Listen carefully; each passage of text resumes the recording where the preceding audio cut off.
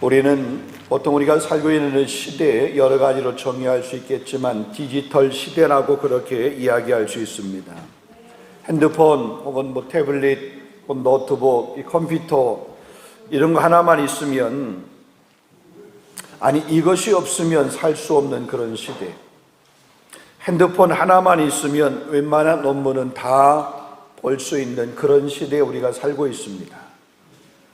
정보 검색은 물론이고 금융 결제를 할 수도 있고 항공권 예약할 수도 있고 여행을 가기 위해서 숙소를 예약하는 것도 핸드폰 하나면 가능해집니다. 이제는 쇼핑도 핸드폰에서 다 가능하게 됩니다.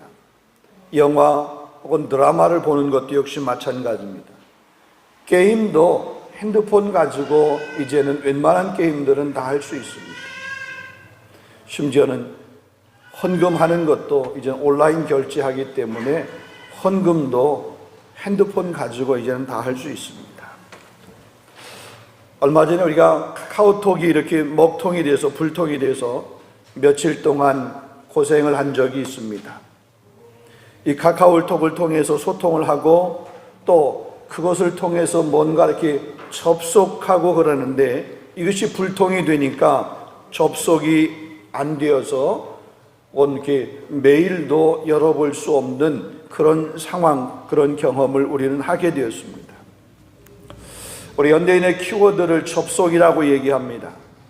전에는 대면해서 만나야 어떤 일이 진행이 되었는데 이제는 대면해서 만나지 않아도 비대면으로 이제는 이런 모든 소통들이 가능한 시대입니다. 핸드폰 하나만 있으면 언제 어디서나 누구하고 다 소통하고 접속할 수 있는 그런 시대가 되었습니다. 근데 우리가 이렇게 접속하기 위해서는 기본적으로 해야 되는 과정이 있습니다. 핸드폰에 여러 앱들이 있고 그 앱을 클릭을 해야 됩니다. 그러고 나서 그 앱에 들어가서 그 다음에 접속을 해야 돼요. 자, 이렇게 접속을 하려고 그러면 보통 기본적으로 거기에 패스워드, 암호가 필요합니다. 은행 거래도 역시 마찬가지입니다. 계정에 들어가려고 그러면 암호가 필요합니다. 우리가 살면서 접속의 그런 다양성, 접속의 종류들이 많아지다 보니까 그곳에 들어가기 위한 그런 패스워드, 암호들도 점점점 늘어나게 됩니다. 몇 개월마다 한 번씩 바꾸라고 그러는데 때로 그 바꾸다 보면은 나중에 좀 시간이 지나서 암호가 뭐였던가 이래서 몇 번 그 암호를 반복해서 누르다 보면 그 계정이 막혀가지고 더 이상 그 계정을 사용할 수 없는, 활용할 수 없는 그런 지경에 이르게 됩니다. 얼마 전에 저도 그런 일을 경험했습니다. 은행 거래를 하게 되는데 갑자기 그 패스워드가 이렇게 좀 안 맞는 것, 이건가 저건가 하다가 보니까 그 횟수가 넘었어요.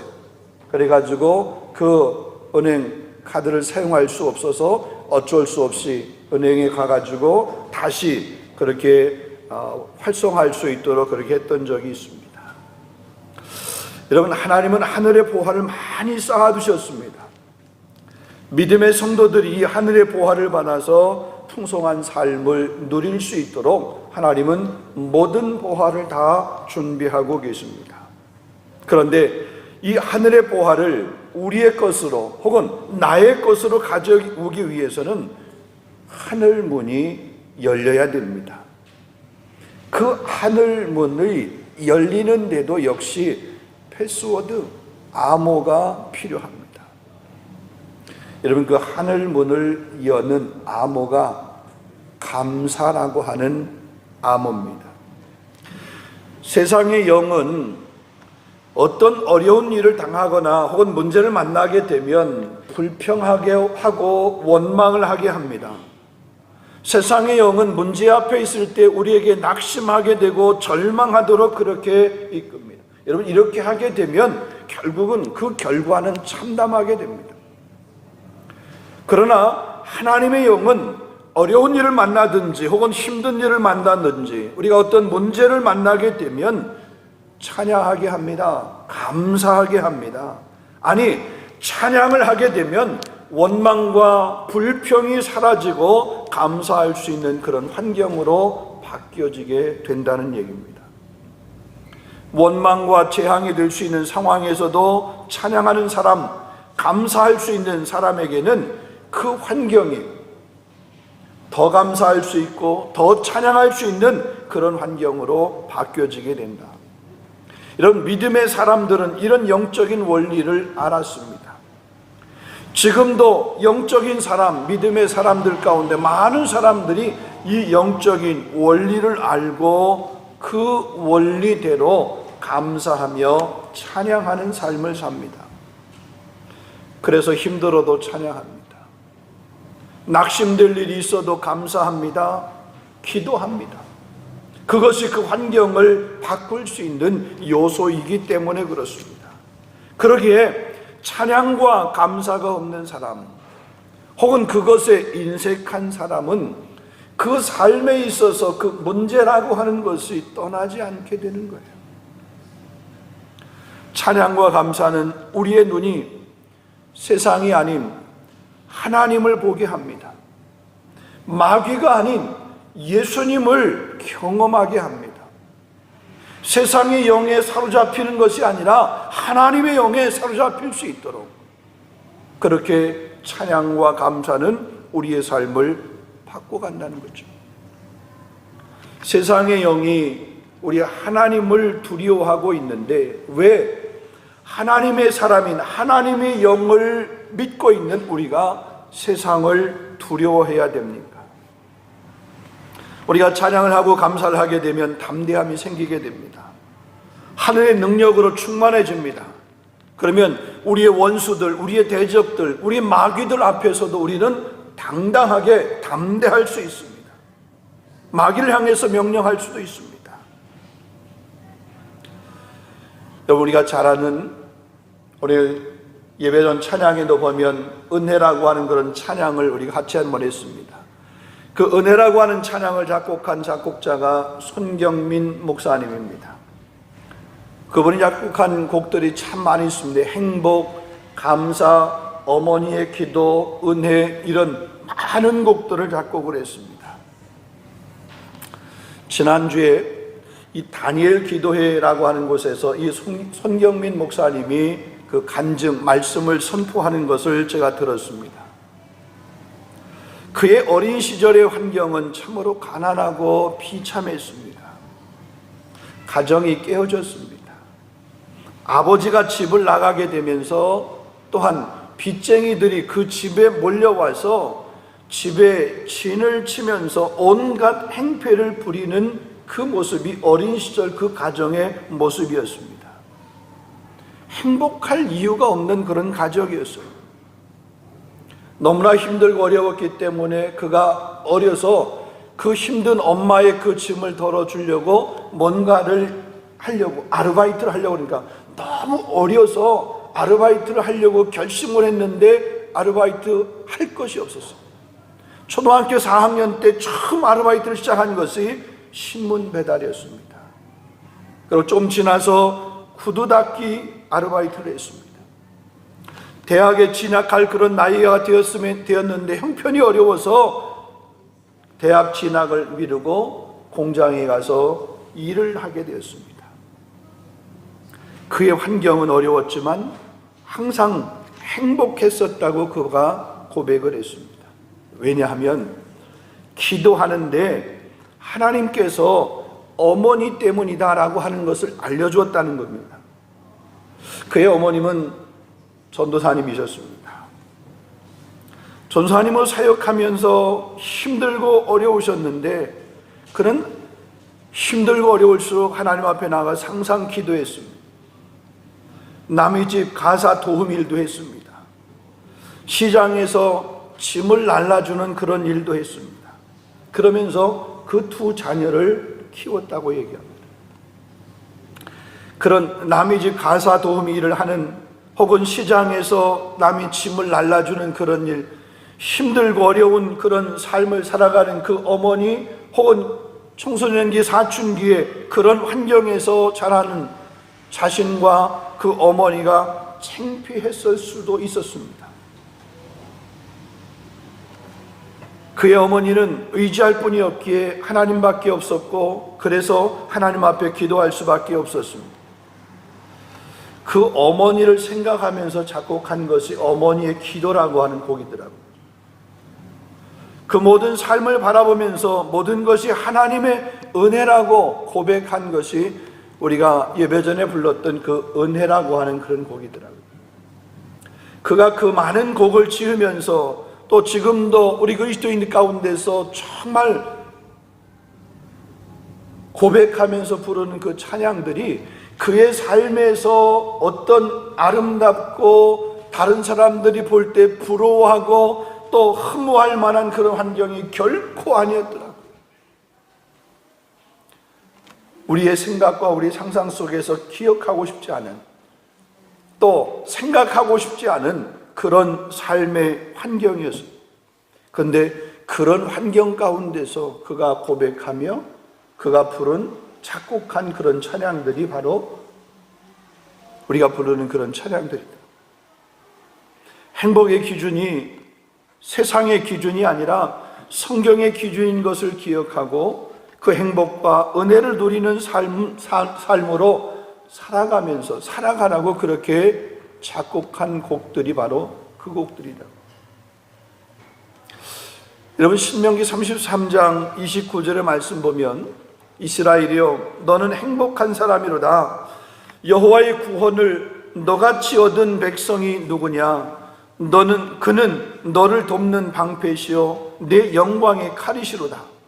내 대적이 내게 복종하리니 내가 그들의 높은 곳을 밟으리로다. 여러분, 하나님께서 이스라엘 백성들에게 지금 행복한 사람이다라고 그렇게 지금 신명기 33장에 말하고 있습니다. 자, 그런데 하나님께서 이렇게 이스라엘 백성들 향해서 너는 행복한 사람이야 라고 말했을 때 이스라엘 백성들의 상황, 환경은 어떤 환경이었습니까? 그들이 하나님께서 약속하신 그 약속의 땅, 젖과 꿀이 흐르는 땅, 그 축복의 땅, 그 땅에 들어갔을 때 이 말씀을 주신 것이 아니라 그 말씀을 들어가기 전 광야의 그 힘들고 어려운 시간들, 때로 구름 기둥이 없으면, 불 기둥이 없으면 그 한낮과 한밤을 지낼 수 없는 그런 상황 가운데 있었을 때 그들을 향해서, 그 이스라엘 백성을 향해서 너희는 행복한 사람이다 라고 그렇게 했습니다. 모든 것이 다 갖춰졌을 때, 부족함이 없을 때, 그런 때에 주신 말씀이 아니라는 거죠. 우리는 모든 것이 넉넉하고 혹은 모든 것이 갖추어지고 때로 원하고 계획한 일들이 이루어지고 더 좋은 환경, 그 환경으로부터 오는 어떤 혜택을 누리고 기쁨을 누리게 될 때에 우리는 비로소 행복이라고 하는 것을 말합니다. 그러나 하나님이 말씀하시는 행복은 그러한 것에 대한 행복, 그것을 행복이라고 말씀하고 있지 않습니다. 하나님이 말씀하시는 행복의 기준, 그 기준과 우리가 생각하고 있는 행복의 기준이 다르다고 하는 것을 우리는 압니다. 여러분, 감사도 역시 마찬가지입니다. 모든 것이 다 갖추어지고 생각하고 계획한 것이 이루어지고 준비했던 그런 일들이 잘 되고 문제가 없고 아픔이 없고 힘듦이 없을 때, 이럴 때 우리는 행복하다고, 이럴 때 우리는 그래서 감사하다고 감사를 합니다. 근데 그러한 감사는 세상의 사람들도 합니다. 그리스도인만이 할 수 있는 그런 감사 아닙니다. 우리 지난 한 해를 생각을 해보면, 지나온 시간들을 생각을 해보면 세상적으로는 힘들고 어려운 시간들이었습니다. 아직도 완전하게 종식되지 않은 그 코로나 여파, 그 여파로 말미암아 우리가 일하던 그런 일자리를 또 많은 변화가 있었습니다. 준비하며 계획한 일들도 어긋나고 또 시간이 이렇게 지체되었습니다. 공부하는 우리 학생들 그 학업의 과정 가운데도 여러 어려움들이 있었습니다. 가정적으로, 개인적으로, 때로 그것 때문에 주변 사람과의 관계 가운데도 힘들고 어려운 일들이 있었습니다. 우리 교회 안에도, 우리 예배 공동체 안에도, 우리의 교제 가운데도 때로는 우리가 함께 신앙생활하던 믿음의 아름다운 지체들 가운데는 그 환경의 어려움 때문에 이파리의 삶을 또 정리하고 떠나야 됐던 그런 분들도 있었습니다. 그렇지만 그 시간을 우리는 지나오게 하나님은 하셨습니다. 하나님은 지금도 일하고 계십니다. 앞으로도 하나님은 새 일을 분명히 행하실 줄로 믿습니다. 불만족스러운 그런 환경들이 많았지만 여러분, 은혜라고 하는 안경을 쓰고 보면 모든 것이, 모든 순간이 은혜가 아니었던 적이 하나도 없습니다. 그러기에 우리의 삶 가운데서 감사하지 못할 이유 한 분도 없습니다. 여러분의 마음을 마귀에게 빼앗기지 마시기를 바랍니다. 예수님으로 채울 수 있기를 원합니다. 찬양으로 채울 수 있기를 원합니다. 예수님으로 가득 차면 세상의 것이 여러분 마음 가운데, 여러분의 삶 가운데 들어올 틈이 없습니다. 어떤 것도 여러분을 낙심하게 만들고 불평하게 만들지 못해요. 예수님으로 여러분이 채운다라고 그러면 여러분, 그런 여러분 될 수 있기를 주님의 이름으로 축원합니다.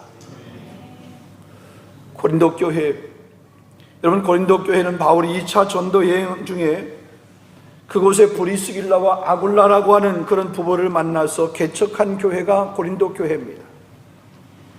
고린도 교회가 어느 정도 자리를 잡아가고 또 이렇게 성장해 가자 다른 지역으로 선교를 하기 위해서 바울이 이제 옮기게 됩니다.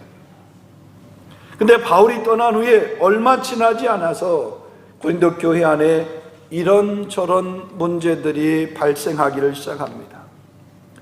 맨 먼저 발생한 문제들이 우리 고린도 전서의 말씀을 보게 되면 파당의 문제입니다. 끼리끼리 당을 짓는 문제입니다. 편을 가르는 것이 고린도 교회의 첫 번째 문제였습니다.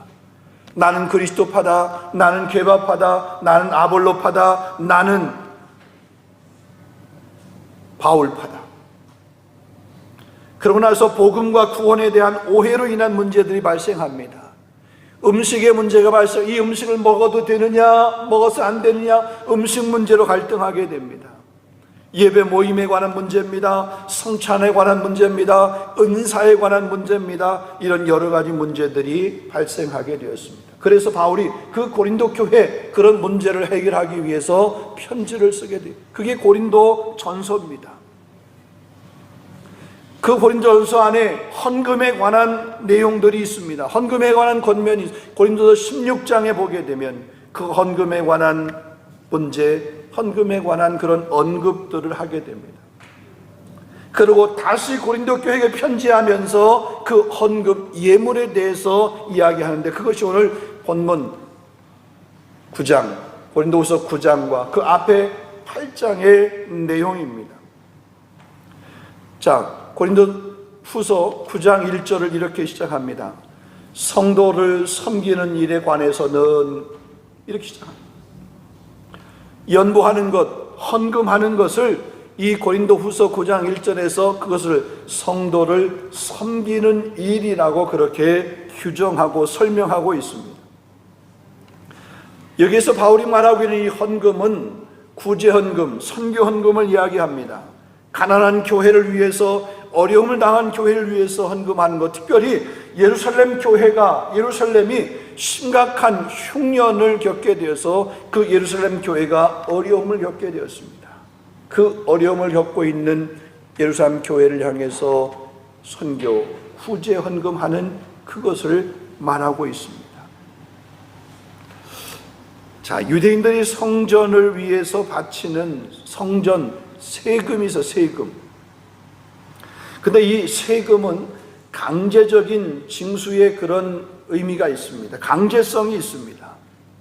근데 반면에 헌금, 연보라고 하는 것은 성도를 돕기 위한 자발적인 그런 헌납입니다. 그래서 연보는 대가 없이 주는 선물이에요. 카로스, 은혜라고는 카리스, 은혜라고 하는 그 선물입니다. 또한 이웃과 서로 나누는 교제 코이노니아의 한 방편이 바로 헌금입니다. 섬김의 진정한 표현입니다. 더 나아가서 다른 사람에게 복을 기원하는 축복을 구체화시키는 행위가 바로 이 헌금, 헌물이라고 하는 거죠. 근데 오늘 본문 7절 말씀이 이렇게 말합니다. 각각 그 마음에 정한 대로 할 것이요 인색함으로나 억지로 하지 말지니 하나님은 즐겨내는 자를 사랑하십니다. 다시 말하면 헌금 혹은 감사는 자발적으로 해야 된다. 억지로 마지못해서 하는 것은 덕이 되지 못한다는 겁니다. 또한 아까운 마음으로 아까운 생각이 든다든지 혹은 남이 보고 뭐라고 할까봐 그것 때문에 그냥 체면 때문에 하는, 억지로 하는 것은 헌금하는 자의 올바른 자세가 아니다. 근데 우리가 얼마를 내든지 그것을 자발적으로 하려고 그러면 현재 내가 가진 것에 대한 감사하는 마음이 없으면, 그 모든 것이 은혜라고 하는 마음이 없으면 그게 불가능합니다. 경제적이든 혹은 신앙적이든 내가 가지고 있는 모든 것이 나의 노력으로 인한 것이라고 생각을 한다라고 그러면 그것은 그냥 수고의 대가로 내가 당연히 누려야 되는 거고 당연히 받아야 되는 것이라고 생각하기 때문에 거기에 감사라고 하는 것이 따르지 않습니다. 그러나 그 모든 것들이 하나님이 내게 허락하신, 내게 주신 하나님의 선물이다라고 생각을 하면 그 모든 것들을 드림의 기쁨, 감사라고 하는 마음으로 드릴 수 있고 그 감사가 넘칠 수밖에 없다는 거죠. 자, 그러면 우리가 이 감사의 삶을 살아야 함에도 불구하고 그 감사하지 못하는 이유가 뭘까? 일반적으로 크게 두 가지 요소 때문이라고 그렇게 얘기합니다. 하나는 뭐냐면 우리가 때로 교만하고 자만하고 자랑하기 때문에 그렇다. 내가 가지고 있는 것, 그것이 재산이든 혹은 사회적 지위든 명예이든 그것이 내가 가지고 있는 지식이든 혹은 자녀이든 이러한 모든 것들이 자신의 능력으로 성취한 것이라고 하는 그런 자만심, 이러한 자만심은 하나님으로부터 우리를 점점점 멀게 합니다. 내가 한 거야, 내가 노력해서 그렇지, 내가 원래 머리가 좋아서 그렇지, 내가 힘써서 그렇지, 내가 한 겁니다. 그러니까 하나님 앞에 감사라고 하는 것이 인색할 수밖에 없는 거죠. 또 두 번째는 우리들 마음의 감사를 가로막는 것은 만족하지 못하는 끝없는 욕망 때문에 그렇습니다. 내가 소유하고 있는 것, 내가 누리고 있는 것, 그것에 만족하지 못해. 그래서 늘 부족하다라고 생각, 늘 결핍되어진 삶이다라고 그렇게 스스로 자신을 규정을 해요. 만족감이 없어요. 채워도 더 채우고 싶은 그런 욕망들로만 가득합니다. 먹어도 또 배고픈 것만, 그런 모습과 똑같은 거죠.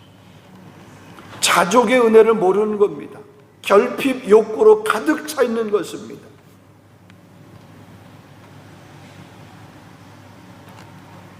우리 신명기 16장에 보게 되면 이스라엘 백성들에게 그 약속의 땅 가나안 땅에 들어가기 전에 세 가지의 절기를 지킬 것을 그렇게 명령을 하십니다. 그 세 가지의 절기, 첫 번째는 유월절입니다. 유월절은 이미 구원받은 은혜에 대해서 감사하면서 지키는 감사의 절기, 그게 유월절입니다. 그리고 두 번째로는 77절 오순절을 지키라고 그랬습니다. 첫 추수를 하고 나서 하나님 앞에 감사하여 지키는 그런 절기, 곡식에 쫙 추수를 하고, 흔히 우리가 여기서 맥추감사절입니다. 그리고 초막절입니다. 장막절이라고도 얘기합니다. 다른 말로 수장절이라고도 얘기합니다. 초막절을 지키라, 장막절을 지키라 그랬습니다. 하나의 모든 것을 추수하고 그것을 수장하고 그것을 창고에 이렇게 저장하고, 그러고 난 후에 감사의 절기 지키는 것, 추수감사절입니다. 자, 이러한 절기, 옛날 구약의 이스라엘 백성들만 지켜야 하는 그런 절기가 아닙니다. 오늘 우리도 지켜야 되는 그런 절기죠. 오늘 우리가 추수감사절 지키는 것은 바로 이런 의미에서의 감사의 절기. 근데 여러분, 이 감사가 은혜라고 하는 하나님의 은혜에 대한 감동, 은혜에 대한 그런 고백, 은혜에 대한 체험 없이는 감사라고 하는 것이 있을 수 없다. 아니, 감사에 인색할 수밖에 없다. 여러분, 풍성한 감사를 드릴 수 있기를 원합니다. 그 이전에 은혜의 풍성함을 경험하는 여러분 될 수 있기를 주님의 이름으로 축원합니다. 은혜로 내가 이렇게 인식되게 될 때에 감사라고 하는 것은 자연스럽게 나오게 돼 있어요. 은혜를 받게 되면, 은혜를 경험하게 되면 감사는 나오게 되어 있다. 여러분, 미국의 16대 대통령인 에브라함 링컨이 이런 말을 했습니다. 감사에 관해서, 감사하는 사람은 발전이 있다 그랬습니다. 여러분, 젊어지고 발전이 있는 사람이 되기를 원하십니까? 감사하는 여러분 될 수 있기를 원합니다. 우리 그리스도인에게 신앙의 3대 표지가 있습니다. 첫째는 뭐냐면 믿음입니다. 둘째는 소망입니다. 셋째는 사랑입니다. 여러분, 어거스틴이 이 우리 믿음의 성도들, 믿음의 사람들에게 신앙의 3대 표지, 믿음, 소망, 사랑, 거기에 하나를 더 더했습니다. 감사라고 하는 겁니다. 여러분, 데살로니가서 5장 16절 17절 말씀, 항상 기뻐하라, 쉬지 말고 기도하라, 범사에 감사하라. 이것이 그리스도 예수 안에서 너희를 향하신 하나님의 뜻입니다. 시편 50편 23절 말씀에도 보면, 감사로 제사를 드린 자가 나를 영화롭게 하나니 그의 행위를 옳게 하는 자에게 내가 하나님의 구원을 보이리라. 2022년 올 한 해를 보내면서 때로 우리 삶에 힘들고 어려운 시간들도 많았지만, 그럼에도 불구하고 그 모든 시간들을 오늘까지 이렇게 이겨오게 할 수 있는, 또 그런 은혜를 주셨던 그 하나님 앞에 감사로 예배하며 평생 감사 하나님 앞에 올려드릴 수 있는 저와 여러분 될 수 있기를 원합니다. 최고의 감사를 자원하는 마음으로, 기쁨으로 드리는 우리 교회 귀한 권속 모두가 다 될 수 있기를 주님의 이름으로 축원합니다. 기도하겠습니다. 고마우신 하나님, 오늘 추수감사주를 맞이하여 지난날에 우리 삶 가운데 베푸신 하나님의 은혜에 대해서 기억하며, 모든 것이 하나님의 은혜였음을, 모든 시간들을 하나님이 인도하시고 지키시고 보호하셨음을, 또 그 모든 순간들 가운데 감당하고 이겨올 수 있는 그런 힘과 지혜와 건강을 주셨음을, 많은 사람들이 예배 공동체를 떠남에도 불구하고 여전히 예배 공동체 안에 머물러 있게 하신 것, 하나님의 은혜였음을 고백하며 이 시간 추수감사 예배로 주님 앞에 영광 돌리며 예배하는 우리 귀한 권속들, 하나님 더 큰 은혜로 저들 가운데 풍성하게 내려주셔서 더 귀하고 더 복되고 더 아름다운 감사의 삶이 되어줄 수 있도록 인도하여 주시옵소서. 환경 때문에 감사하는 것이 아니라 하나님 나의 아버지가 되시고, 예수님 나의 구원자가 되시고, 성령님 오늘도 내 삶의 인도자가 되시기에 그것으로 인하여 하나님 앞에 감사할 수 있는 우리 모두가 다 될 수 있도록 역사하여 주시옵소서. 예수 그리스도의 이름으로 감사하며 기도하옵나이다. 아멘.